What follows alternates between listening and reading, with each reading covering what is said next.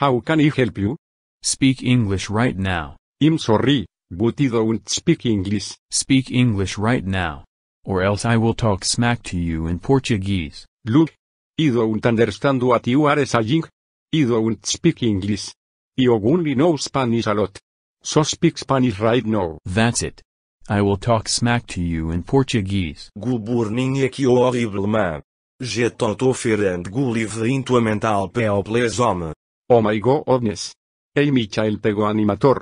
That guy was talking smack to me in Portuguese. Bongo. How dare you talk smack to the Spanish man? That's it. I'm calling your parents. Hi. Is this Bongo's dad? Yes. This is Michael the Go animator speaking. Did you know what your son did? He talked smack to the Spanish man in Portuguese. Can you please ground him? Okay. Thanks. Goodbye. Bongo. I just got a call from Michael the Go animator. He said that you talked smack to the Spanish man in Portuguese. But Dad, I was only trying to get him to speak English. Usually people don't speak English in every words like us. That's it. You are grounded for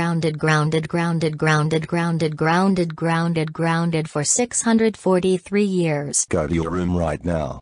Or else we will send you to Japan. What?